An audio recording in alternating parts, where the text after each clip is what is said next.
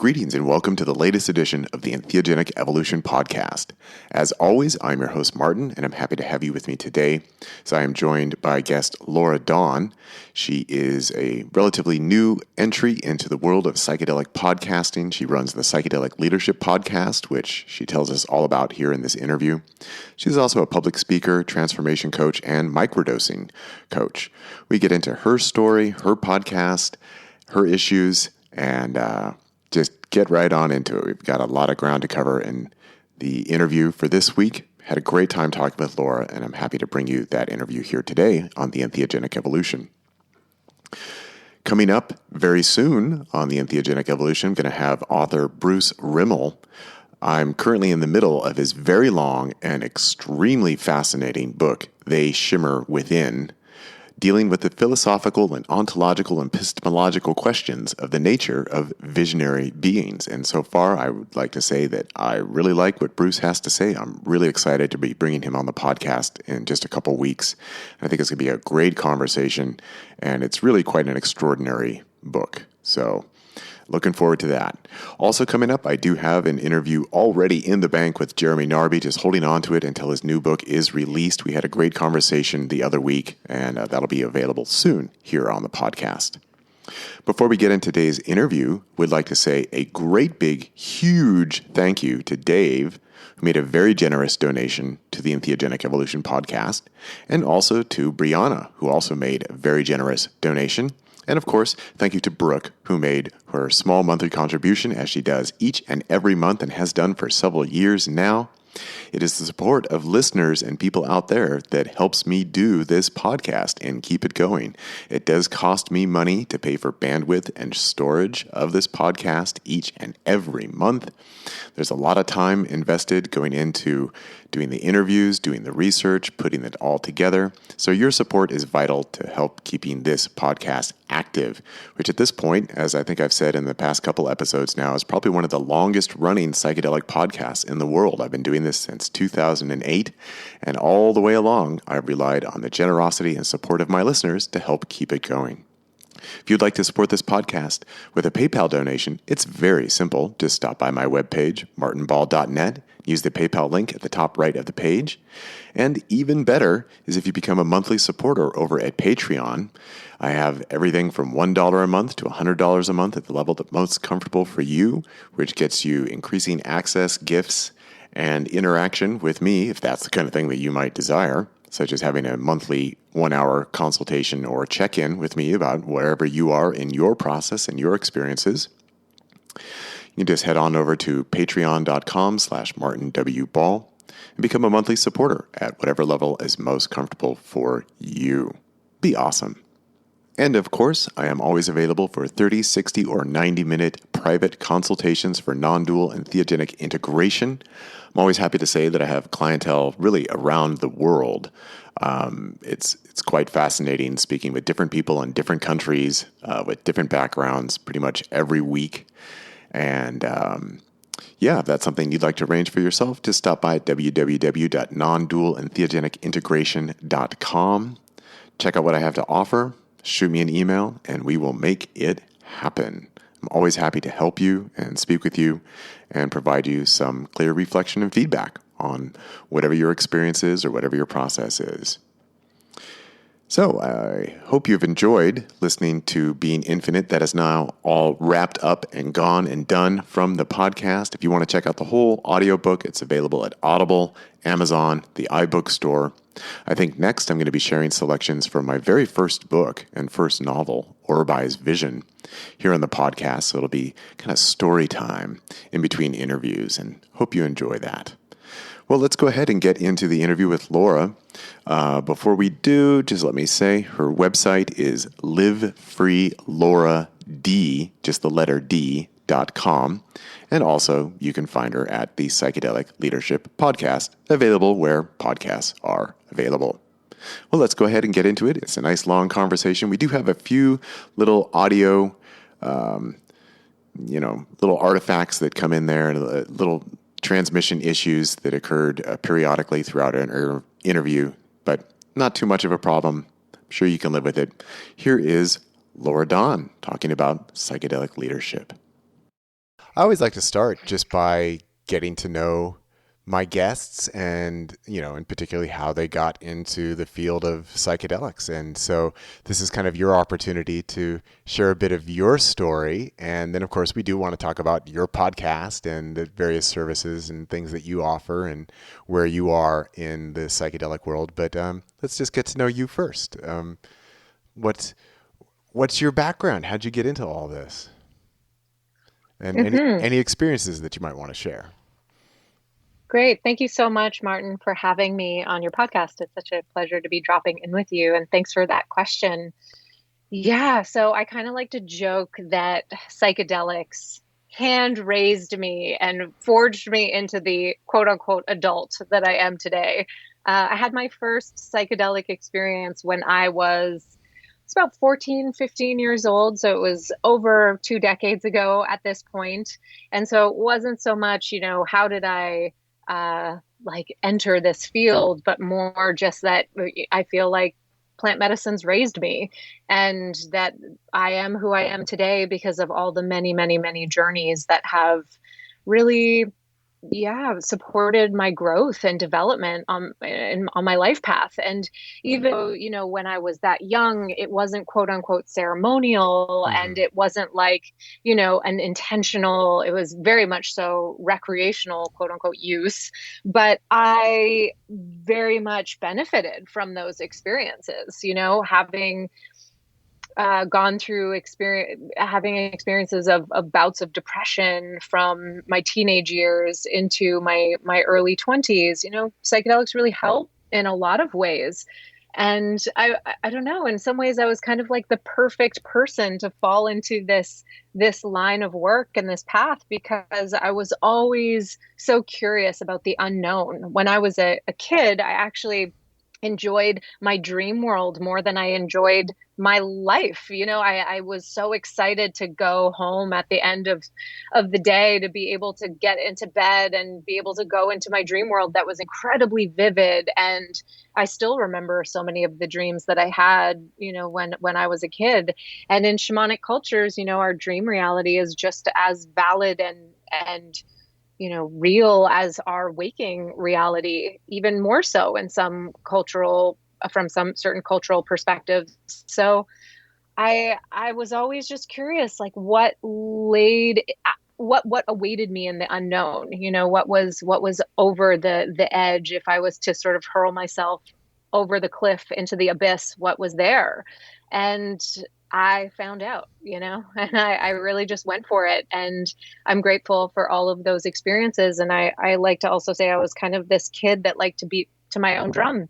And it also really gave me that support and encouragement to really listen to my heart and to live in alignment with my truth and what I want to be doing on this planet and be able to be outside of the box, outside of the cubicle, as I like to say, or the mold that society creates for us. And so I've always been fiercely independent and fiercely wanting to live my life in a way that was in alignment with my own truth. And I think sometimes I take that for granted and I forget just how much courage it really takes to step outside of the sort of conventional wisdom of what we should or should not be doing with our lives. And so, yeah, I mean, that's a big part of the earlier years. And about 10 over 10 years ago now, I sat with ayahuasca for the first time. And that night I had a very clear vision uh, that was my plant teacher, that I was going to be really dedicating my life to studying with her as a teacher. And that really has been, the past 10 years of my life. And so, and really sort of embarking on the curriculum of what it means to be a creative visionary and how we can embody that kind of archetype to do good on this planet. And it's really led to a lot of the course material and the content that I teach today in my programs. I have what I call sort of like a companion guide for the psychedelic path, the sacred plant medicine path, which is the path of the creative visionary bodhisattva. And so, how we can actually really leverage these psychedelic experiences to find creative solutions to the most incredible challenges that we collectively face today. And so, that's just a little bit in a nutshell of this 20 plus years of my life. Yeah, well, let me ask you a little bit more about it. As you were Hmm. recounting sort of your teenage years, certainly the word that came to mind, which then you used as soon as I was thinking of it, was, well, it sounds like you were a pretty independent person as a young person, that you knew what you were interested in. You knew what you wanted out of life in some capacity. I mean, going to sleep and having profound dreams. I'm just curious about what was sort of the parental context, and then also, those teenage years, what was the peer context, friendship context of how you got into first working with psychedelics? But let's, if you don't mind, talk about a little bit about your upbringing and like what kind of household were you raised in, and was there any influence there from your parents, and did they support you being a very independent and self-directed child, or did you have Oh issues there? gosh. Yeah, well, I do have to, I feel like, especially recently, recent conversations in my family dynamic have sort of encouraged me to be more mindful about what I say about my parents on podcasts. But I would say that I'm very grateful for the upbringing that I had. What I, what I was raised by two entrepreneurs. Okay. So my whole Hmm. life, my parents have been, and from that perspective of that entrepreneurial spirit, which to me really is just how we look at the world, and how we have creative ideas and creative solutions to the way that we're engaging with the world. And so I'm incredibly grateful for that perceptual lens. I remember, I pitched my business idea when I was like 8 or 9 years old, and we used to have family dinners every Sunday, and I'm the youngest of four kids. And so, by dessert, it was like, pitch your idea. What are you coming up with? And my parents were very much encouraging of, you can do anything you want with your life. That was such a gift from my father. Hmm. And he really encouraged me that anything I saw in my mind, I could create in this reality.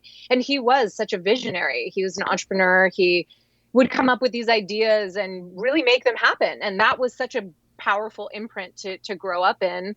I mean, there was of course all sorts of other family dynamics and issues in the household, but who doesn't have family dynamics to navigate through. And my mom was always she used to always tell me um, she used to always tell me that she trusted my judgment, and Hmm. I really appreciated that. And Yeah. so there was sort of a lack of parental supervision, for lack of a better term, because my parents were really focused. I was the youngest of four kids, and my mother was putting herself through school when I was younger. And so she was waking up at 3 o'clock in the morning and studying for school before all the kids woke up to go to school. And so there was a certain lack of parental supervision, but the ethos and the ethics that my parents raised me with have had a huge impact in my life. And my mom always used to say that to me, I really trust your judgment. You have a good head on your shoulders. And my dad used to really encourage us that whatever we wanted, we could achieve in this lifetime. And so I'm profoundly grateful for that. And it's really shaped who I am today. Um, and and yeah, and then beyond that, with my peer group, I did have a couple of very close friends who we love to journey together, and people that I touch base with here and there these days, but that chuckle at the fact that I this is what I've dedicated my life to now. That Yeah. years and years and years ago we just thought we were on these fun trips, which they really were. They taught me how to see the humor in this life. And I'm profoundly grateful for that kind of upbringing as well, from plant medicines, to see the irony and the humor that's inherent in everything, and to be able to have this experience of looking up at the stars in the sky and really feeling like such a small piece of the puzzle, that it was important that I was alive, but also incredibly not important, and that my life was really just going to be over in the blink of an eye. And what do I want to do with my life? And that had a huge, profound impact on me growing up. And so sometimes I get messages from, some of those friends from many, many years ago who say, wow, you really went for it with the psychedelic path, and are sort of amazed to see that what's come out of it. And because now, like 2 years ago, and I'm sure you have seen this too, 2 years ago, we never heard anyone talking about plant medicine integration.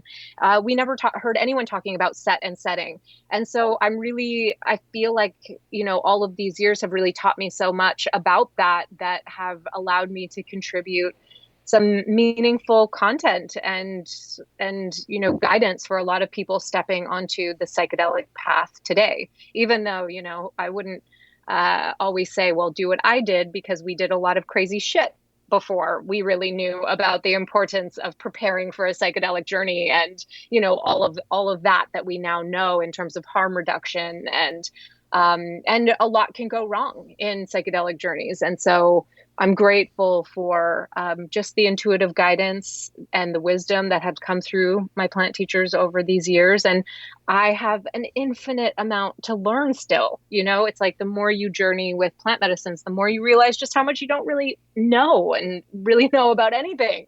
And so, there's that too. It's like I'm only an expert in my own experience. And even that I question often how much I'm actually an expert in my own experience. Yeah. Well, it's always interesting to hear what people have as a background, especially from childhood. There's so many different influencing factors that go into how people get into psychedelics. Sometimes it's, I had a really traumatic childhood and then I was seeking relief from that, and that's how people found psychedelics. Or, like I'm sitting on an interview with Jeremy Narby right now because I need to release it at the end of the month when his book comes out. But he was telling about how he got into psychedelics just as an anthropologist. It was never an interest of his. And then, of course, there are people who were maybe raised in a really strict religious upbringing, and then their entry into psychedelics was something of a rebellion from that and a diving into personal experience versus doctrine and dogma. But it sounds like you had a very though it wasn't a psychedelically focused family in any way, still provided you with a certain set of tools that kind of empowered you to enter into this idea of self-actualization, growth, empowerment, that these were values that you learned from your parents and that they were supported when they saw these elements within you. So maybe in some ways you might have had an easier entry into it than others that, for example, again, if they're looking to overcome trauma or something like that. Well, I will say that there was definitely an element of escapism, in my earlier years. And that's something that I think we need to be really mindful of in general in the psychedelic movement, because there was a lot of family trauma drama going on at the time. And there was a place where I was feeling like, what else is there? And I've struggled with depression and addiction over the course of my lifetime. And psychedelics have been a huge, huge help. But the base foundational, sort of fertile soil for which I was able to be raised within was really incredibly helpful. And so, I don't think anyone is sort of immune from trauma growing up. There's very differing degrees. But I would say there was like an element of escapism, and also just wanting to know what else is there to this life, like what else is here. And I also was raised as an athlete, and so training also was a huge, huge influence for me in terms of who I am today and how I've been an entrepreneur my entire life, and the sort of dedication and the discipline that I have to the cultivation of my own practices and to running my own business. I would say the biggest influence was the encouragement. That was the main rule we had in our household growing up, was if you're living under our roof, you have to be competing in a sport. So what sport are you training in? And that was a huge influence for my psyche and my, shaping who I am to, for sure. Yes, I'm training in psychedelic marathons. No, what were your sports? What were you into? I was into track and field, high jump particularly, and then I dove for many years, and then also played water polo. And so there was definitely a moment where, my whole upbringing, the main track of my life was that I was training to go to the Olympics, and I had no doubt in my mind that I was really going to fulfill that. And actually, a team that I trained with in water polo, a lot of the girls that I trained with, they did go to the Olympics. My coach at the time, Pat Oaten, was the Olympic team coach. And I decided to stop playing for a variety of reasons. And a big influence in that reason was because I had discovered the rave scene, which was just this iconic chapter in the history of Montreal. And actually, I don't have one regret about choosing that path over continuing with sports, because I was so dedicated to training my whole life. And then when I was in my mid teens, and I really was like, wow, there's a whole other world besides training and the discipline. And it was sort of like the swing in the other direction. And I love to dance, and I still do love to dance. But, going to these parties with 250,000 people, and, taking ecstasy for my first time, and MDMA, and, and that is another conversation around set and setting and the healing potential of that, depending on the context we use it in. But being able to go to parties with hundreds of thousands of people taught me what flow meant, and what, it just was such another sort of key influential factor in terms of who I am today. And being able to see DJs like Paul Oakenfold and DJ Tiesto, and like huge names at the time, and just feeling like, wow, like really just living my life in a way that just felt like deeply fulfilling. Yeah, which kind of brings me back to the topic that you mentioned earlier of escapism. And I think that escapism actually is quite significant and can be important for people.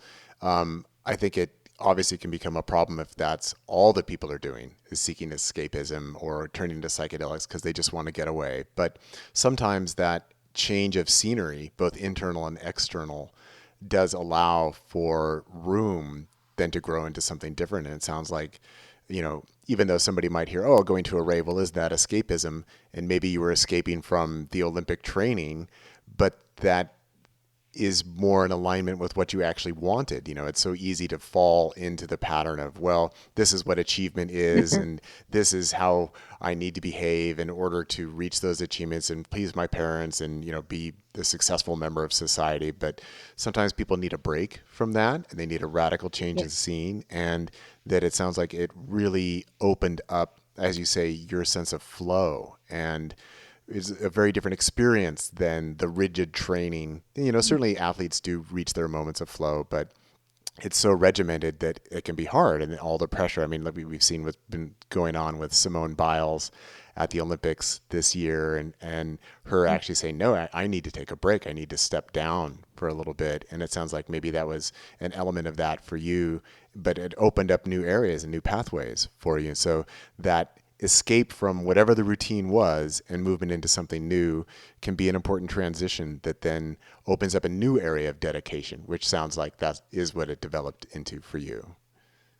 Yeah, and just like a reminder that we don't have to have it all figured out. I think Yeah. there's so much pressure for young people to just have their whole lives figured out. And like, says who, says who? Yeah. Like, why do we have to put so much pressure on young people to pick a career track? And I remember getting that feedback. Even in my 20s, I had someone say that to me, like, God, you're so all over the place. And I was like, I'm trying new things. Like, I want to live my life and to experience a lot of different things. And I think that that's really helpful, to explore who we are through the different things that we engage in life. And after I graduated school, I packed a backpack and I left, and I never went back. And I lived out of a backpack for many years, traveling all over the world and experiencing a lot of different cultures, and just trying to see, like, what else is there? Like, how far outside of the box can I really get with my life and learn more about myself in the process?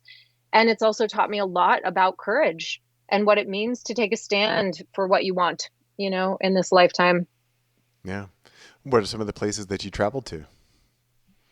Oh, I took a one-way ticket to China. That was a big, and again, it's so interesting because it's like another way that I was like, how far off the deep end can I go in Yeah. terms of putting myself in an altered experience? And I would say that that trip was very, like, very, I mean, life is psychedelic when you really think about it, but that was a really intense experience. And so I went through all of China and Laos and Cambodia. I've spent many years in Thailand, or many months in Thailand that have accumulated into years over the total amount of time that I've kind of gone back and forth there. But I've also traveled to Central America and South America, and I spent a year living in a van with my surfboard in Australia, and all over the place, really. Yeah. Well, sounds like you packed a lot of life into it. Yeah. Yes. Yeah. I mean, life is short. This is the time to live. Yeah. So then what eventually brought you to ayahuasca? Let's talk about that first time. Yeah. Yeah. So, I was actually in, okay, well, let me back up here for a second. When I left Montreal and I packed a backpack and I gave all my other shit away and I literally left and never went back, I flew out to British Columbia and I hitchhiked across British Columbia for 3 months. And I met a young man hitchhiking. He picked me up hitchhiking and we spent a day together and we went jumping off of cliffs into rivers and all the things. And he dropped me off at the end of the day and I pitched a tent. And the next day I went on my merry way and I didn't even exchange phone numbers or emails with him. And then literally 6 months later, I bumped into him in Thailand and we fell in love and we spent some years of our lives together. And so I went to Australia after we had met. We took some time apart. And in Australia, I met this woman from Hawaii who she was just such an incredible songbird. And actually to this day, I haven't been able to find her contact or meet her again. But she was just sort of like this incredible woman who, and after I met her, and she told me she had a vision of me going to the island and then the big island of Hawaii. And then after I met her, I started having all of these dreams about Pele, the spirit of the volcano, and this island. And I just started seeing signs to come to Hawaii everywhere I went. And I was apart from the man that I had fallen in love with. So I went from Australia to go and be with him. We lived in a van together in Mexico, but I stopped in Oahu on the way to just see like what's the vibe of the Hawaiian Islands. And I remember calling my best friend, and this friend was one of the first, we used to trip on psilocybin together when we were kids. She was one of my, my earlier psychedelic co-adventurers. And we were in Australia together. And I remember calling her and saying, I don't feel the energy here. There's nothing here. I don't know, like why all of these signs are pointing me to Hawaii and I'm on Oahu. And I was like, it's just flat. There's no synchronicities aligning. So I just left and went to go meet this other man. And I ended up spending some years of my life with him. And then one day I just had a very clear insight that it was time to go. And we had been in the process of separating. And it's so funny how life does this because I I had I had created some vision boards years before when I was in Australia, and one of them was said, "Follow me home to the islands of Hawaii." And I had an argument with him. He was like, "Why would you want to leave? We have land here, we have a home, we want to have a family."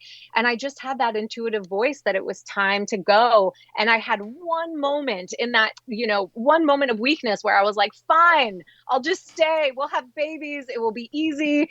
And then I went into this bus that I had my office in, and right in front of me was that only thing in the whole bus was that one vision board that said, "Follow me home to the island of Hawaii." And I was like, you know what? I have to go. I have to follow it. And so I came to the big island, and within a few days of being here, I sat with ayahuasca, and I knew the moment that I landed on this island that this was going to be my home for a significant chapter of my life. And I had a vision that night that I was going to get married and buy land. And that week I had met my husband to be, who after 10 years now, we are just actually closing the circle on that decade-long marriage. And we bought land together and we built a volcanic hot spring retreat center from scratch, where we had the vision to create space for people to come and have transformational experiences. And it's, been a huge chapter of my life of really dedicating myself to the plant medicine path and the sort of curriculum that has come through that plant teacher to help me support other people on their paths. So that's a really long-winded answer to that story, but I was very much called here and it was very much aligned for me to come. And I knew that in that ceremony that I had really met like my teacher for this next chapter of my life. And what a ride it's been. Yeah. So how do you feel that that was different from previous psychedelic experiences for you? Oh, so different. I mean, I feel like all psychedelic experiences are, or all plant teachers, psilocybin is similar, but very, very different than ayahuasca. And yeah, just really feeling the presence of the spirit of that medicine and really having just such a clear dialogue and really feeling the call and really feeling like, wow, bowing at her altar and feeling like I have an enormous amount to learn from not only that medicine, but also so many, so many traditions and cultures that have worked with this medicine for thousands of years before me. And so I'm grateful for all the different teachers that I've sat with over the years and incredibly grateful for, I mean, there's such a specific frequency. It's such a specific frequency that that medicine has a different way of communicating than other medicines. And it just happens to be the dial that I've turned my sort of inner dial to align with that channel, just like on a radio station. When you turn the dial and you tune into that right frequency, then all of a sudden you hear music or you hear people speaking on the radio. And I really feel like it's the same thing. And I just happen to be just in that, and other people would say, I'm sure other people would say that that's been their experience too. There's just like a way that that medicine communicates that I feel very receptive and open to, and incredibly, so much humility bowing at the altar of ayahuasca. There's just depths and depths there that I have still yet to explore. So, a big issue for a lot of people who get into the world of medicine, psychedelic medicine in particular, is are they creating their own program? Are they creating their own systems? Are they following other lineages and traditions? Questions of appropriation, questions of authenticity.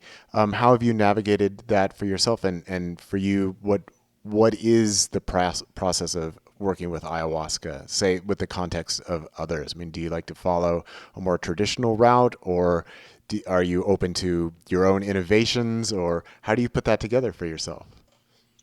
Oh my goodness, what a question. I mean, honestly, it's been quite a tumultuous inner process of inquiry.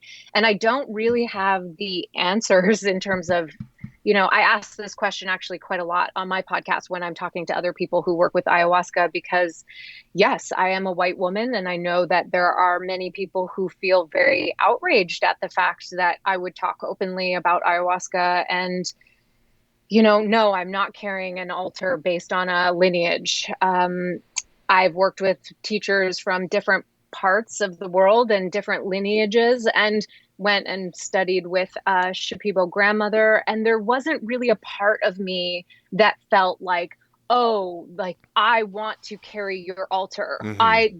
It was actually very quite the opposite. It was so like, wow, this is so culturally different and so foreign on a certain level. And yet, I mean, I am such a fan of Rupert Sheldrake's philosophy of morphogenic field. And so when I sit with the medicine, I definitely feel like I can tune in and feel the imprinting of different traditions, Shipibo tradition, for example. But even from there, there's so many different lineages and so many different people branching off now. And I definitely feel that sort of the imprint of the field from just such a wide variety of, now you have people in Brazil weaving it with African music. And, to what end do we say, okay, this is tradition and I honor traditions? And for me, it's been a real understanding of what it means to honor and respect traditions and embody reciprocity and giving back and the importance of giving back, not because we have to, but because that's what's the right thing to do. And what if we really embody, the principles of what I understand as psychedelic leadership and what I understand of, what it means to really be on the plant medicine path, then we stand for equality, and that actually is something that we need to really consider, and the implications of working and sort of quote unquote, spreading the message of ayahuasca. I often have this feeling and this sense that, and this is why we see this issue of so many people sitting with ayahuasca for the first time and having the like message of, oh, she told me, that I'm a shaman and that I should pour this medicine, is because I really do believe that this consciousness is trying to take over the planet to help us on a certain level. And so there's that place of like, I almost have this image of her like whispering in our ear and being like, yes, like pour me, spread me, plant me, all of that. And so, yeah, I guess it really depends. Like for the people who are triggered by me sharing my experience, looking at, I like to say that I'm really on the same side. We're all on the same side. We're all in this boat together. And so what are the outcomes that we're looking to achieve with our lives? And the outcomes that I'm looking to achieve are specifically how we can find creative solutions to the most challenging problems that we face. And so if we're really all on the same team, where and that's sort of how I frame it. It's like if we're just fighting against each other in this polarized culture that we live in, what does it mean to take a stand for unity consciousness? Mm-hmm. And there's not a lot of easy answers there. And there's always going to be someone who's super triggered and angry because I am white and because I do not carry a lineage. And if I was to carry a lineage, I would say that maybe I haven't found, the lineage that feels in such resonance with my being. And so I'm not discounting that. But so far, I can say that, I haven't felt like, oh, this is mine. Like it almost seems like that seems more culturally appropriating than Mm-hmm. me having a direct experience with the medicine and saying, I had these really amazing teachers that are elders in my life, and I really appreciate their perspective. And one night in very deep in ceremony sitting with them, I had received like a deep cleansing from them. They call it something, but I don't want to actually use that word because I'd like to keep that private and confidential in the work that they do. And I remember that in this one cleansing that he channeled this and said that, my teacher on this path is going to be ayahuasca itself. And this was many years ago. And I thought, oh God, like really, I don't think so. Like, that's not going to be my experience or my path. But over the years, it really has been. And, I'm in a little bit of a conundrum about, speaking openly about the work that I do, but it's mostly private work, like in terms of sitting. I've cultivated a practice where I have a practice of sitting with ayahuasca, and I don't encourage other people to sit outside of ceremony and things like that. So it's actually puts me in an interesting position to be able to say the work that I really do, the solo work. Yeah. I don't pour medicine for other people. And so I'm a human being on this path, having a direct experience with a plant medicine, like many, many other people have come before me who have also been people working with a plant medicine, receiving direct guidance and downloads from that plant medicine. Now, do I believe that all of these traditions have paved the path and made it significantly easier for many of us now? Absolutely. Do I have so much respect for the work that they've done? Absolutely. Do I try to do my best to embody and carry that respect as a way of being? Definitely. And do I think it's, really outrageous the ways that most Indigenous voices are being silenced and the ways that most Indigenous voices are not being honored for the ancestral wisdom that they carry? Absolutely. So again, it's, I can't live my life to make everyone happy and to fall on the right side of things. I really have to live my life in a way that allows me to honor my truth and the wisdom of my heart, and that honors these plant medicines. And so that's what I stand for. Absolutely stand for harm reduction, safety, education, how to prevent. I would never encourage anyone to sit alone with the medicine. Like, absolutely not. These are very powerful medicines that we have to be very mindful of.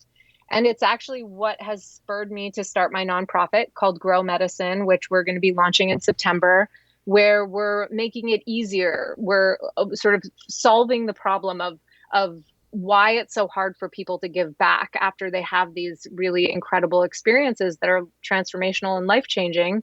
And so we're building an app that makes it easy for people to open the app, click on the button of what they consumed, and that donation goes towards a partnering organization that supports the cultivation of medicines. And the cultivation of medicines does not happen in a vacuum. We have a dynamic relationship built on the interdynamic relationship that communities have based in traditions of ancestral wisdom that we want to honor and conserve, as well as the medicines, because as we know, there is a huge, huge demand for these experiences right now. And so there is so much that we could say and pull apart the threads and the nuance of this, and we can't actually cover, there's not enough time on this podcast for me to cover the full depth of how I feel about it, and I don't feel like, oh well, I'm special and I'm doing this and blah blah blah, but I feel like I'm really dedicating my life to how we can integrate these medicines in a way that help us find solutions to the challenges we face, which is also why I'm back in graduate school right now, pursuing a master's in science in a program called Creativity Studies and Change Leadership. And I'm writing my thesis on the overlap and intersection between creative problem solving and psychedelics. And so I'm dedicated to the healing of humanity, and I'm trying to do the best that I can to live in alignment with my truth that helps support the healing of other people in my communities, on this island, in our country, and across the world. And I think that's just that I can do right now with my life. Yeah. Well, that kind of sounds like that's what psychedelic leadership means for you. And I think it's great to be aware of all these things. And it's also great that no matter what tradition you come from, no matter what background you come from, no matter what culture you come from, if you take a psychedelic and if you surrender into it and you open yourself up to that process, we all have direct access to the divine. It doesn't really matter where we come from or who we are. And therefore, we are all open to various forms of inspiration, creativity, leadership, and empowerment. And, on the other side, sometimes people do use their tradition or their lineage as kind of a badge and kind of a place of attachment where, even though these medicines such as ayahuasca, they come from these traditional cultures living in the rainforest and in the Amazon. And yes, there are ancient wisdom lineages, but, in the modern world, they actually might not have all the solutions to the problems that we face in large industrial societies.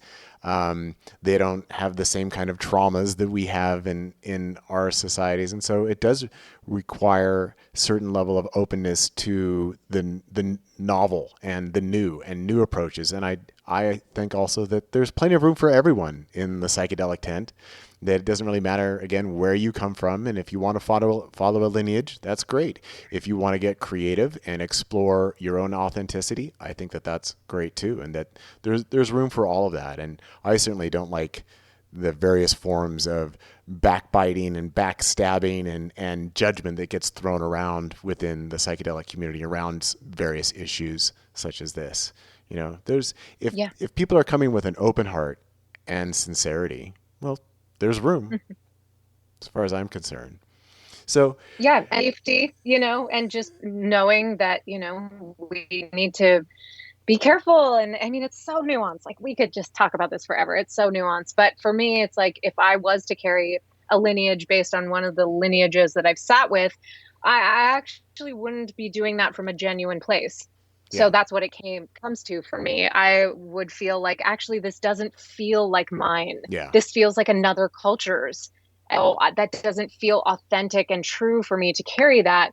And when I sit with the medicine, and I replant, we are actually, Banisteriopsis caapi is legal in the US. And so I can say that we do plant medicine here. And so I make my own small batches of medicine. I also can say legally that this doesn't happen outside of the US, just in case, because I'm not talking about time and place. So it's like, this is the world that we're living in right now. So I have to cover all my bases. And so, I could easily say that I make my own medicine and journey in a different country, blah, blah, blah. So, I'm making my own, I'm consuming it for just myself. I'm having a practice where I am having a direct communication with these plant medicines and really listening to the guidance and the wisdom, from the medicine, where I'll tune in and say, should I be doing it this way? Should I be doing it this other way? This is what I think I should be doing, because this is quote unquote what is, the right way or the more popular narrative. And the medicine would be so clear with me. And so if I go against that guidance, then what does that make me? If I'm actively it's really, really tough. You're kind of damned if you do and damned if you don't. So you have to be careful what you say, how you say it, all the things. And I also don't want to be living from this place of fear. I want to be able to be living my truth and be able to communicate my truth and bless all the people who feel they, are right in their belief systems. I'm not trying to say they're wrong. I'm just trying to say this is me. And I'm just trying to do the best I can to be a human being, to contribute to the healing and awakening of humanity. And am I flailing all the time? Sure. Could I do better? All the time I'm learning how to do better. Is there so much that I don't know? Absolutely. Do I have blind spots? For sure. But I am still trying to do the best that I can. Yeah. So let's talk about what for you, how would you encapsulate the idea of psychedelic leadership? What does that mean? And then, I want to talk about your podcast itself, which has that title. But first, let's get into what does that mean for you? Yeah, yeah. So it's so interesting because when I launched the podcast, those images where you can look at it and it's either like an old woman or a rabbit. It's like the Yeah. same thing. So it's Yeah. kind of like that. Psychedelic leadership is that like two different sides to the same coin. And so a lot of people see the one side where it's like, oh, leaders in the psychedelic space. This is for shamans and guides and all the things. And great, that's awesome. But actually, originally, the intention came from this notion of how can we apply what we learn through our psychedelic experiences to become more heart-centered leaders, no matter what domain that we're in. And when we start looking at the science and the research, that we know that when you work with psychedelics, you have an increase in pro-social behavior, that your attachment to financial prosperity decreases. You have more liberal views of the world. You are more willing to recycle, that there's actually this sense of nature relatedness that impacts people. And then there's this really big aspect and this really big component. I mean, empathy, fosters resilience. Like there's so much that we could look at. I consider the psychedelic journey to be like advanced training ground for how we can literally foster more emotional, mental, and physical resilience to be more effective leaders, to influence more positive change on this planet. And part of that is because we're being forced to look at what we believe to be true. So, all of the even like good intending social justice warriors, all of it, we're all holding on to these beliefs of what we believe to be true, and it's all narratives. And when we start looking at the psychedelic science and psychedelic research of how it influences the brain, how it influences the default mode network, when we start looking at Dr. Robin Carhart-Harris's Rebus model, relaxed belief center psychedelics, it shakes up our this is truth, this is who I am. And it allows us to literally, quite literally, expand the boundaries of what we believe is possible by loosening our grip over our attachment to the narrative of me, the narrative of how this is truth, quote unquote truth with a capital T. And the more that we learn to actually hold all of it very lightly, and it's why I incorporate so much Eastern philosophy into the work that I do with other people, because we're really being forced to bow at the altar of impermanence and to see, you don't go through these psychedelic journeys time after time without really coming to realize that we have to make peace with our own death, and that it's like going through the hero's journey. It's like a dark night of the soul. But when we come out the other side, we learn so much about ourselves. And it's kind of like what I said at the beginning of like looking up at the universe and realizing how important it is while simultaneously realizing how unimportant it all is, and holding it lightly. And so I think the narratives that we tell ourselves are incredibly important to be questioning, especially the narratives that we absolutely hold dearest to our hearts about what we believe to be true. And so psychedelic leadership to me is really about how it is actually a narrative about the psychedelic experience that we can look at and apply what we are seeing through, psychedelic science and research, and apply those principles to how we can be better heart-centered leaders on our path, whatever field or domain that we're in.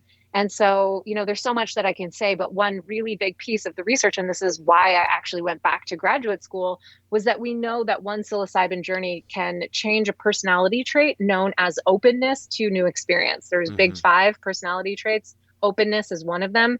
Openness tends to decline and decrease. We tend to become more rigid, more attached to our viewpoints as we age. And so to see that for people above the age of 30, that actually that lends itself to more openness to experience, and there's a direct correlation to openness to experience and creative thinking. And so that's sort of my Venn diagram of what I'm looking at, visionary leadership, psychedelic experience, and openness and creativity, and how we can leverage also what we understand about set and setting, mindset. Can we prime the brain for going into these experiences to help us overcome our limiting beliefs, help us look at things from a different perspective, be able to come to the table with people that fundamentally disagree with our perspective? And how do we stay open and kind in our communication so that if people disagree with me because I'm a white woman, for example, working with ayahuasca on my own path, which is a personal choice that I'm just making for my own life, how do we come to the table and have open-hearted communication that is solution oriented and that embodies, compassion and listening and understanding, and it loosens our grip over what we believe to be true that we're willing to defend and go to war over. And we see that with religions, religions that espouse like, kindness to humanity, but we go to war over those belief systems. And it's like, Yeah, how do we now overcome that, really? And so that's, in a nutshell, really what psychedelic leadership is all about from my perspective. that's great. So, when did you decide that you actually wanted to do your own podcast and start bringing on guests and discussing all of these issues? And how did you go about that? Oh, well, I really decided after I went through like the most intense month of people attacking me online because of being a white woman talking about Mm. ayahuasca. So that was a really hard experience, and also taught me a lot. It taught me how to root myself even more in understanding, and root myself even more on a platform built on kindness, and just actually how much that message of psychedelic leadership is needed.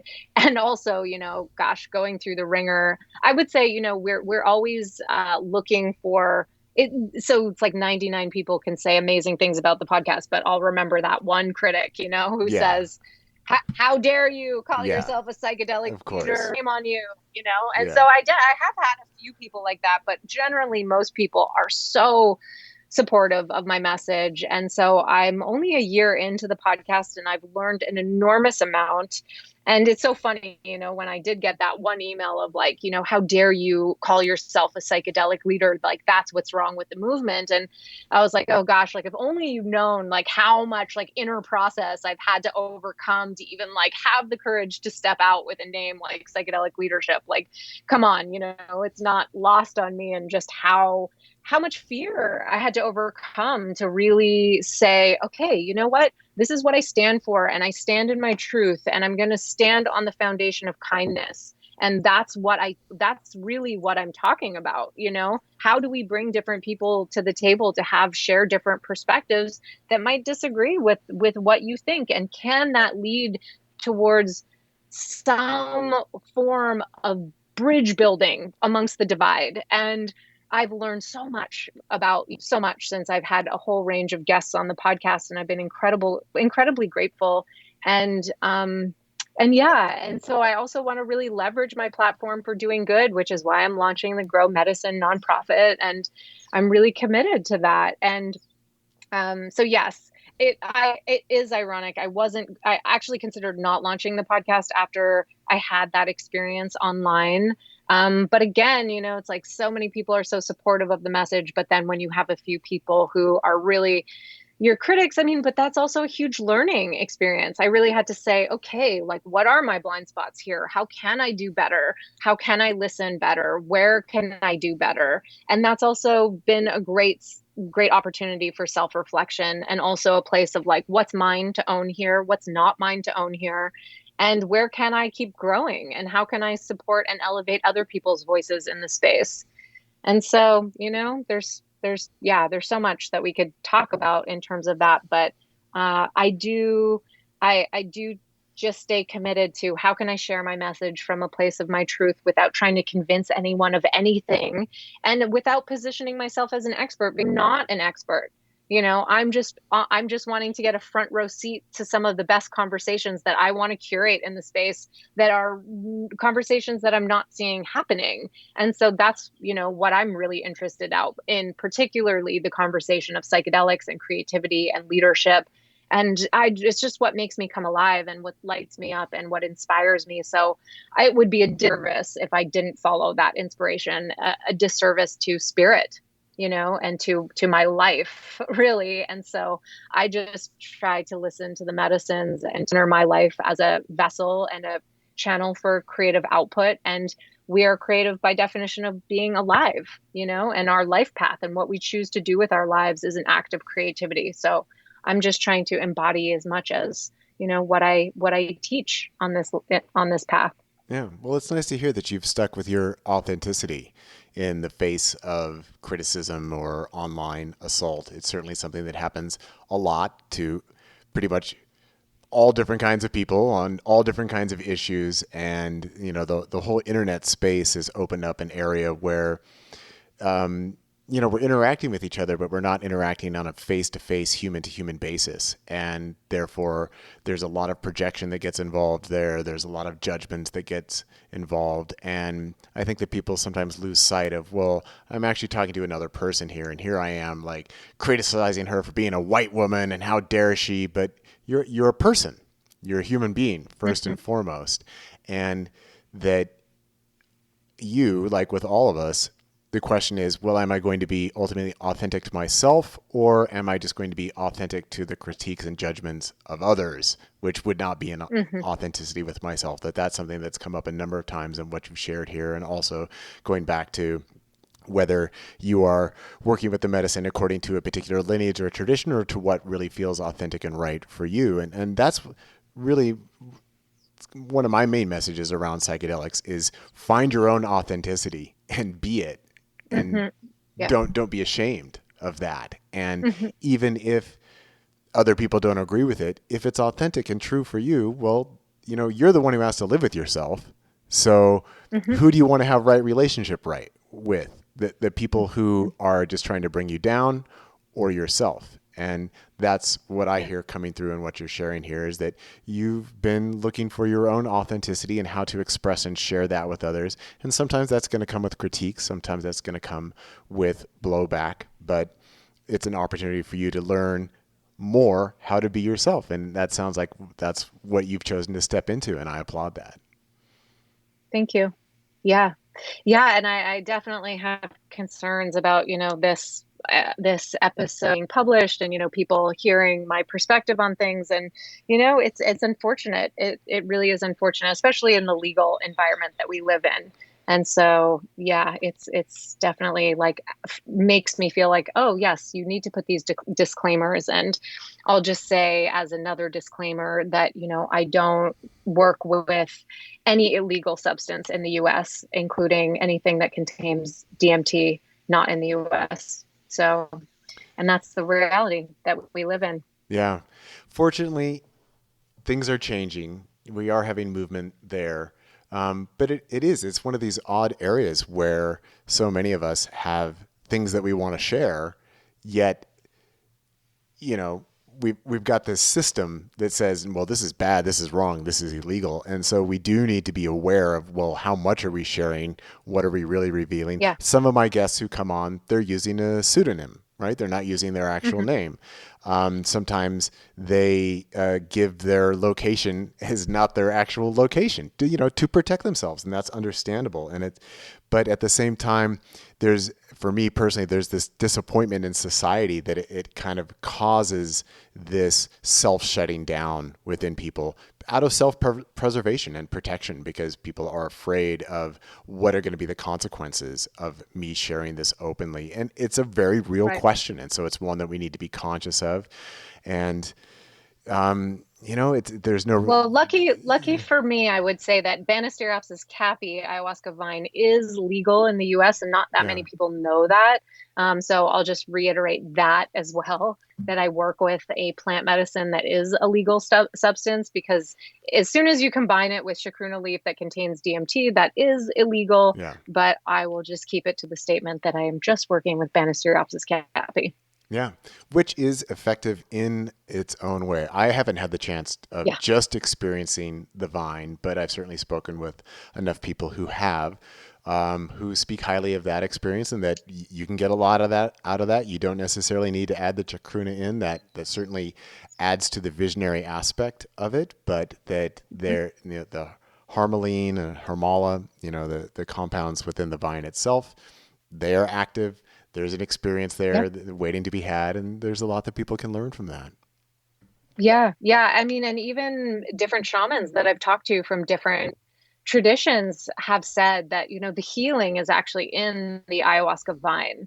And so, and that has been a big part of different traditions for many years. I mean, it's very similar to an MAOI. It mimics an SSRI.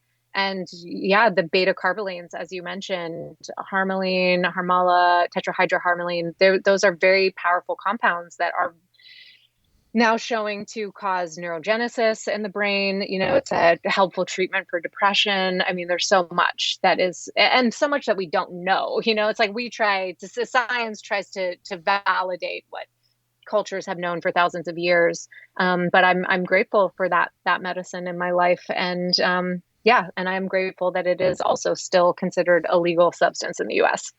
Yeah, and I'm fortunate.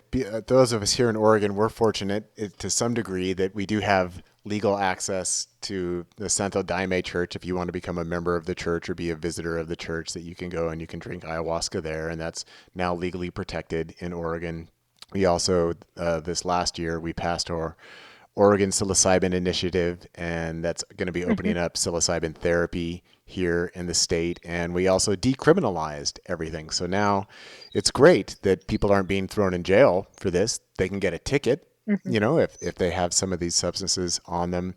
And one of the things that's also nice here in Oregon, that at least for my guests who are speaking to me from Oregon, that there are no criminal consequences for talking about anything that you have taken, right? So you could talk all the, you can't talk about, well, I'm going to be serving somebody something, in the near future. But if you could talk about, well, I'd had this in the past and this is what, I took this, that there are no criminal repercussions for that. So I feel that there's a certain sense of openness of being able to talk about these kinds of Hmm. subjects in Oregon that maybe Hmm. we don't find in other places.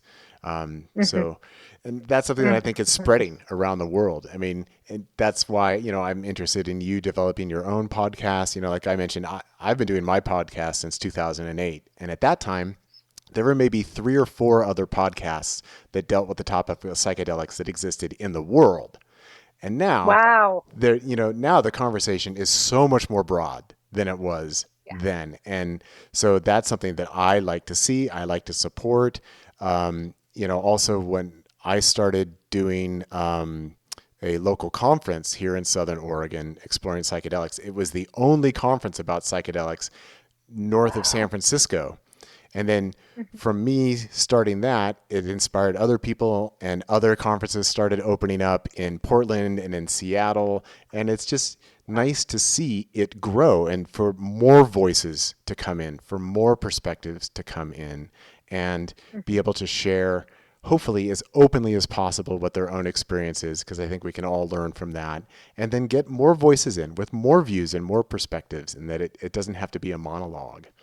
And Mhm. so that's why, when I received this uh, email from someone on your staff saying, "Oh, would you be interested in having Laura on?" It's like, well, yeah, of course. Someone with a new podcast in this area and a woman who's speaking her truth sounds great to me. Mm, thank you. Yeah. Thank you for that. So something that's available on your website is you do list here. It says access my 8-hour music playlist for psychedelic journeys and beyond. And I just want to ask you about your playlist and how you went about compiling that. And what do you like to listen to? Uh, when doing this kind of journey work? What works oh, for that's so you? funny. Yeah, yeah. So I've talked to a few different musicians like East Forest, and on Clubhouse we did this really great talk with Keelan. Gosh, I'm blanking on how to pronounce his last name, but he does, wave paths. And so it was so funny. I asked him about like, for psychedelic psychotherapy, it's very much acknowledged that music without lyrics is sort of like the stance that a lot of people have. And I Yeah. so appreciate that. And so that's why I actually added his playlist to the 4 playlists that I have. Because it's very much, just like ambient music and things like that. Personally, because I've literally been journeying by myself in a solo practice for about over 2 decades now. I do cultivate my own preferences, and actually I really like journeying by myself because I've curated my environment, my ceremonial container, to really be like the what I love the most. And so I do like sitting with other people, and I still go and assist and do all that in groups. And I do love being able to drop into other people's fields. And when I run retreats, I work with a whole team of people who come and pour medicine, and we do that in Costa Rica. And I love hearing, just like the live music and ceremony is amazing. And I also play my own music. I'm a musician. So I like to combine my own sits with music with lyrics, music without lyrics. I particularly love Arquaz by Parangi is like one of my favorite songs. It's also on that playlist. And so I like to combine, so I compiled the music playlist just with some of my favorite tracks that have deeply, deeply impacted me over the years. And some of them have music lyrics and some of them don't. And I like having that sort of combination. And so I like to actually journey with noise canceling headphones where I can adjust the next track on the headphones itself, where I'm not having to look at my phone. Yeah. So I kind of like that. I'd like I queue up the playlist. Some of I do have to look at my phone, and that's okay. I'm a pretty functional psychonaut these days, but I do really like to just have that capacity to swipe next track or previous track on my headset itself. Yeah. And so I really do love the combination of music with lyrics and without lyrics, because sometimes it's nice and I'll have these like longer 30-minute long tracks without any lyrics. But I actually personally find that when I'm deep in it, and I talk a lot about this in the programs that I run, where there's access to our subconscious minds when we're journeying with plant medicines. And when I'm actually in that sort of peak moment where I feel like, the visual plane is very specific in those moments, and I feel like I'm really accessing like my root operating system of my subconscious mind. I think it's actually really powerful to listen to a song with lyrics that are singing to forgiveness, for example, because it's like re-imprinting my subconscious mind. And then it also becomes a really powerful anchor for me in my integration practice, where, in the weeks or months, sometimes in between journeys, I'll really invoke that healing that I experienced in my journey by listening to that song again. Oh yeah. And Yeah. so, I think that there's something like, do you ever hear that like in schools now they teach math through song, because it actually penetrates our mind in a way we remember lyrics more than we can remember like facts and statistics. And so I kind of have that same intuitive philosophy around music when we're journeying, that it can like access different parts of our brain in ways that just like just saying something to ourselves could. And so some of my most profound experiences are through journeying in ceremony with like a very close friend, or at a retreat where there's someone playing live music and they're singing to something that is such a deep wound within myself. And I think it's incredibly powerful to listen to music with lyrics. So I just so happen to have an amazing network of all of my closest family are incredible musicians. All of my best friends, pretty much everyone that I know is an incredible quote unquote medicine musician for, really creating music that is perfect for the psychedelic space. And so I include a lot of my family and my friends on those tracks. And that's one thing that I know a lot of people love about the Psychedelic Leadership podcast, is that at the end of every episode, I leave it off with a song that is sort of the theme of what we talked about. And I love weaving music, and because music is frequency. And when we start talking about brainwave states and subconscious imprinting, I mean, gosh, we could go so deep into it, but music is, it's such a big part of the ceremony. Look at all traditions all over the world, have leveraged music as a part of the ceremonial process. I think it is part of the medicine. And that's why, I don't know if you've seen this, but I've seen this many times where people don't have any musical inclination. And within 3 months of drinking ayahuasca, they're playing guitar, writing their own songs. I think there's a way that that's that creative channel that opens up, and it's our own medicine. And I've been so grateful over the years for the music and the songs that I've received from the medicine that have really become my pathway to my own healing. So I'm grateful for that. Yeah. What instruments do you play? Mostly guitar, but I have a drum, and also just songs with the shaker and drum songs and songs on the guitar.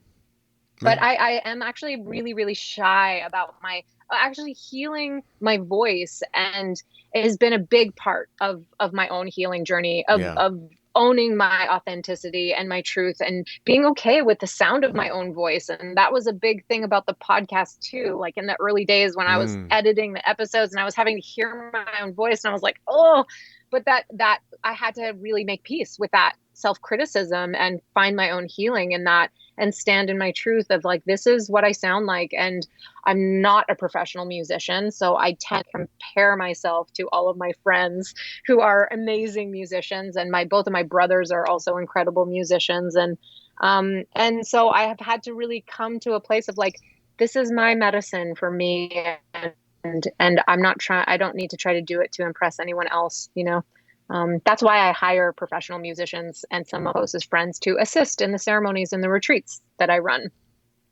Yeah. And it's interesting that you brought up this judgment around your own voice and your relationship to your voice. And that's really a big one for a lot of people. And, anybody out there who's not podcasting, or giving interviews and then listening to their own interviews, that people go through this odd experience when it first happens. They're like, oh my God, that's my voice. I sound like that. And people, they come up with so much judgment around it. And then, being comfortable with, no, this is how I sound. That's okay. That can be an important healing element for people. And then especially in working with psychedelics, that psychedelics the energy wants to be vocalized in so many ways. And it's such an important element for so many people in going through their process of really opening up their throat, embracing their voice, whether it's just their spoken voice or just making sound or potentially singing. And it has lots of potential there. And so I like that you mentioned that. And it's so often, people are afraid of their voice. And they're afraid of what their voice is going to say, and then how other people are going to receive that. I mean, there's so many limitations that we place on ourselves just based on, well, how do I sound? And, for me, the key really is, well, find your authenticity, and then that will come through your voice. And find your love for yourself, and that will come through your voice. And that will allow you to express yourself in ways that are deep and meaningful. And that, as someone who podcasts, that connects with others, right? And that helps you. And it was so funny. Sorry, I was like getting all excited there for a second. It's okay. But it's so funny because like I've had a lot of people reach out to me that I don't know and being like, "Wow, I love your podcast voice. Just sounds so good." And I was like, "Wow, I wasn't expecting that," because I've just had so much self-criticism around it. And I want to give a couple of shout outs here. If anyone's listening to this who's going through that process, I really recommend, there's a few women that I so highly recommend. They do sort of vocal empowerment, and whether it's sort of like on the medicine path or not, it's so helpful to go through those kinds of courses. And Mary Isis, she's a dear sister. She does incredible courses. So does Hannah Lay, Shyla Ray. Get in touch with me and I'll definitely steer you in the right direction, because I think it's such a big thing for a lot of people. And one thing I love that Mary Isis does is that she does EFT tapping. That's like reprogramming your beliefs around your voice and we can all sing, we all have voices. That means we can all sing. And so many people are so afraid of stepping into alignment with their voices and opening their voice to share their message. And it's also coming back to that place of like, what I have to say is valuable. Who I am is valid. And I think a lot of people, no matter what culture you're from, experience that kind of self-shame and self-criticism around owning their truth. And a big part of that is owning their voice. And so I think it's all tied together. Yeah. It's just funny that you mentioned Mary Isis because she's come through Ashland many times. We've been involved in festivals together at Jackson Wellsprings. So I know her just a little tiny bit, just, not much, but, Oh yeah, yeah. She's one yeah. of my closest friends, and she assisted in my last retreat. I had 41 people in Costa Rica for an 11-day ayahuasca retreat. It was just so incredible, and she's actually in my mastermind program right now, and she's one of my closest sisters. I love her. Totally support her path. That's great. There's a lot of crossover between the Hawaiian Islands and Ashland. People tend Yeah. to go back and forth quite a bit. Yeah, yep. And I'm kind of in a point too where I'm open to where this next chapter of my life wants to take me. I think I'll always have a root here in Hawaii, but I'm also open to exploring. I'm coming out of a 10-year-long marriage. I've been thinking about Austin, and I've also spent quite a bit of time in Costa Rica. So there's a huge movement to build conscious community in Costa Rica right now. So I'm just open to where spirit wants to guide me. Yeah, things are definitely exploding in Costa Rica. That everybody seems to be building a retreat center out there or holding their ceremonies out there because, of course, it's a place where legally you can do that, and you don't have to worry about all of these systemic concerns that we have here in the United States. So, for putting on a retreat, how do you go about doing that? What does that involve Oh for you? gosh.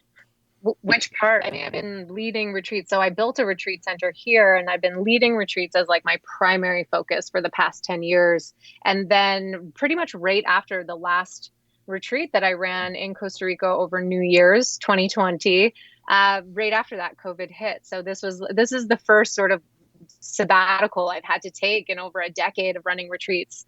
And that's why I jumped on the opportunity to go back to graduate school and up level my skills because I'm holding a vision for just like the next up leveling of what the retreats that I want to run look like, more focused in the direction of team building and creative problem solving for teams that also integrates psychedelic experiences and leveraging those windows of heightened flexibility to get more coherent with the people that you work with, and also actually learning cognitive tools, cognitive flexibility tools that can help us think differently, perceive things differently, and work towards a common mission, again, to find solutions to the challenges we face.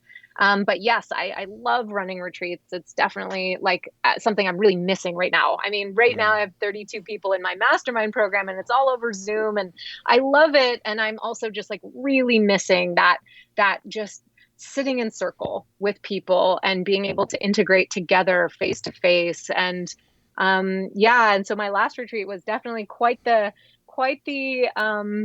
yeah, it was quite the whole endeavor. I mean, I love to include workshops, and I have a framework that I teach people that I think is really different, than what's currently out there. And again, it's really leveraging set and setting and what we understand about psychedelic science and the research. And I weave in, somatics, mindset, understanding, understanding what does it take to step out in our authentic truth, and leadership training skills. And I'm also really excited about doing more just female based retreats, Hmm. psychedelic retreats for training women to embody their own leadership skills as well, and embracing their voice and their authentic truth. And what does it take to step out in integrated alignment between mind, body, and heart, and to influence real change and all that comes with it. The moment you choose to step out, it's like so much goes with it, as I'm sure as well,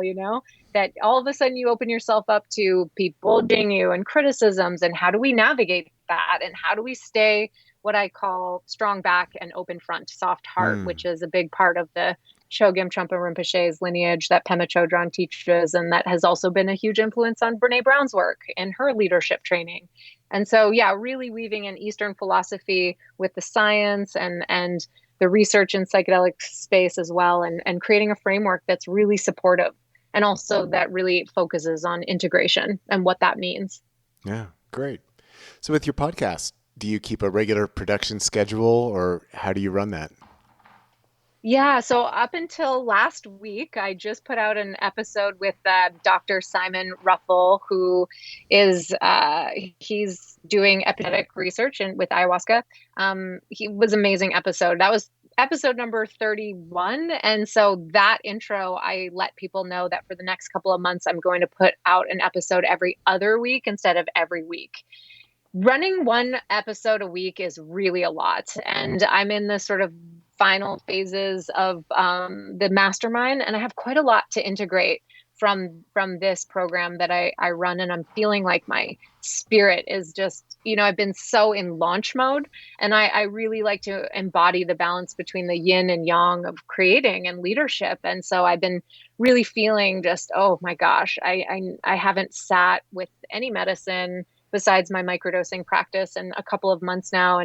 And I really love working with the medicines as a visionary practice, as a way to go in and imprint the field with what I want to create. And I'm moving through a big transition right now, and coming out of a 10-year marriage, as I said, and looking at, where I want, what I want to create for this next chapter. And I'm Yeah. always sort of in the process of up leveling. So once every 2 weeks is good for me for the next couple of months, as I also will be launching Grow Medicine in September. And that's a huge push. We're really putting so much effort into that right now because we're planning on launching with 10 million people in social media following combined.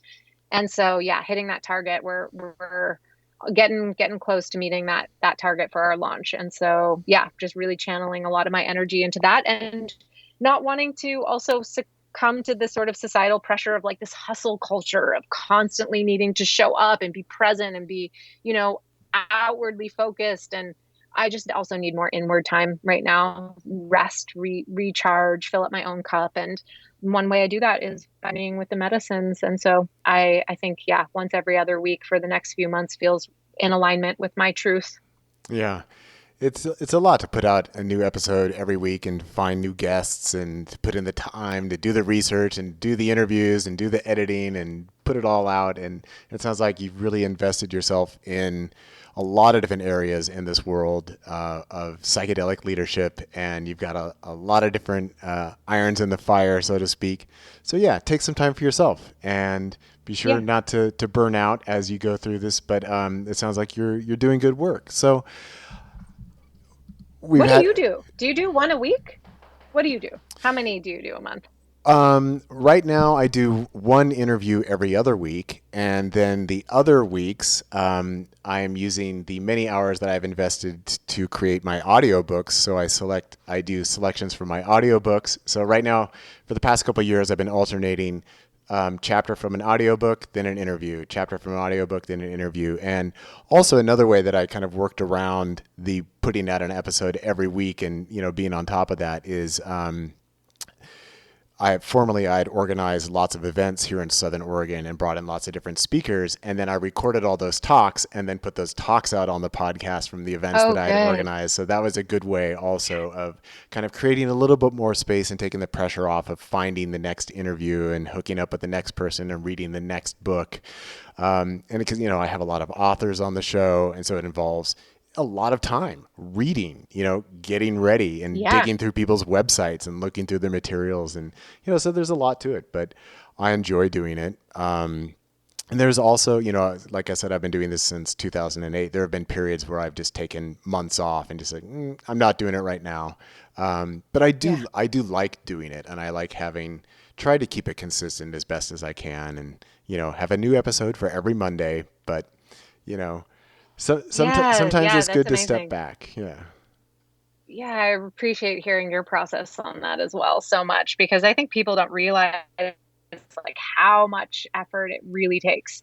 It really is so much to put out that kind of content. And I've been noticing like my content well has been running just like a little low lately. And so that's the sign of like, okay, I really need to recharge and fill up my cup. And I also love putting out solo episodes. So I sprinkle those in, but they take more time, honestly, to prepare for. And really get the focus dialed. So yeah, I've been missing putting out the solo episodes just because I've been so full with the mastermind program. Yeah, but I'm always looking at like, how can I do it differently? And that's a big part of what the graduate training is looking at. Like, how can I look at what a podcast is supposed to be? And then what are like 50 million different ways that I can do it differently? Yeah. And I really would want to encourage those solo episodes. That's something I've done a lot of on my own podcast as well, especially if I don't have a guest this week. I'm like, but you know what? I've got something I want to share. I've got something I want to say. Yeah. And it's nice to have your own platform to be able to do that. And so I encourage all podcasters, take the time to actually interview yourself every once in a while, however that may be. And, express your own ideas. It's always great to bring in other people and hear what they have to say. But if you've got something to say, well, then you should say it as well. And sometimes, there have been times where I've taken podcast episodes and then I've turned that into a chapter that then went into a book. And so I like to cross fertilize my platforms with the material as much as I can. It's a little bit more efficient and it also makes it a lot of fun. And I'm also a musician and an artist, and I like to bring all of that into my audiobooks and the podcast. And, so I make the art for my podcast.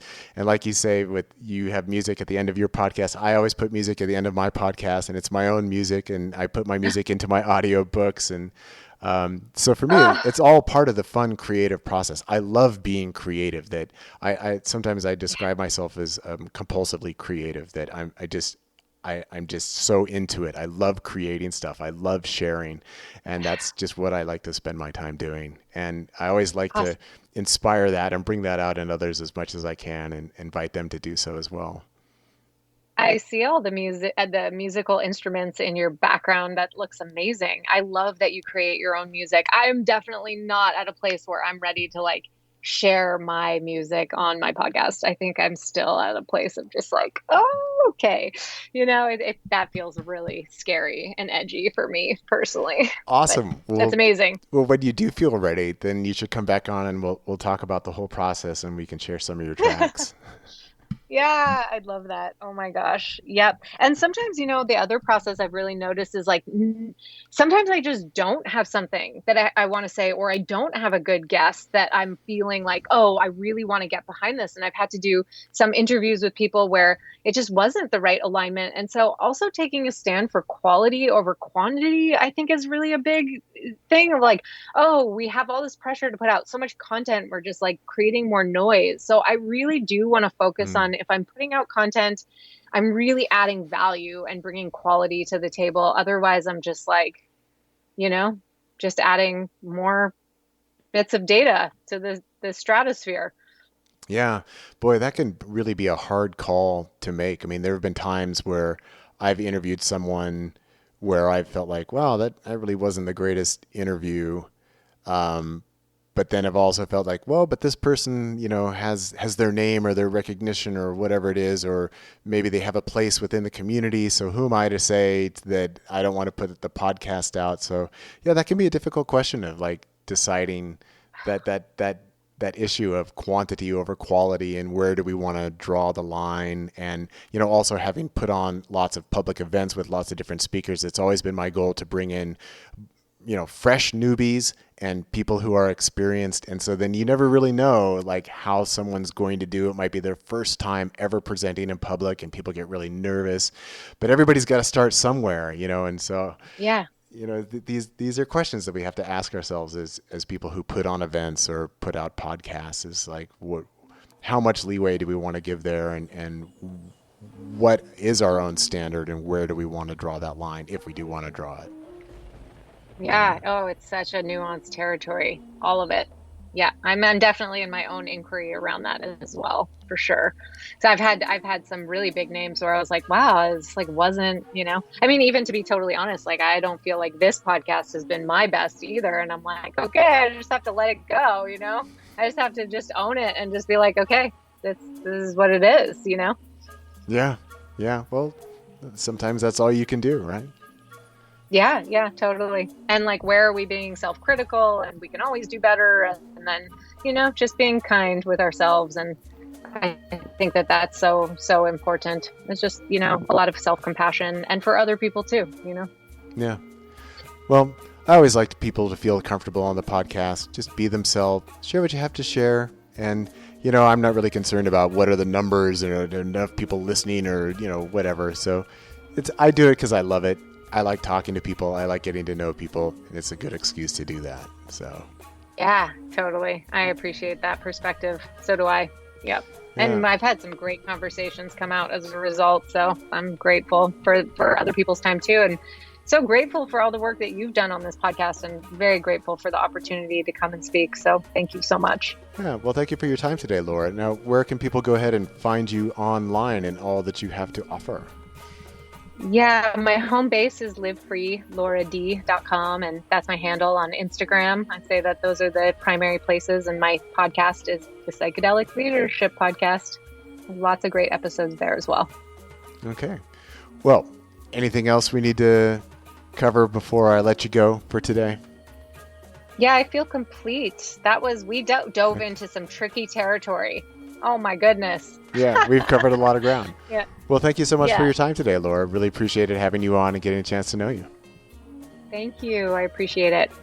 Thank you.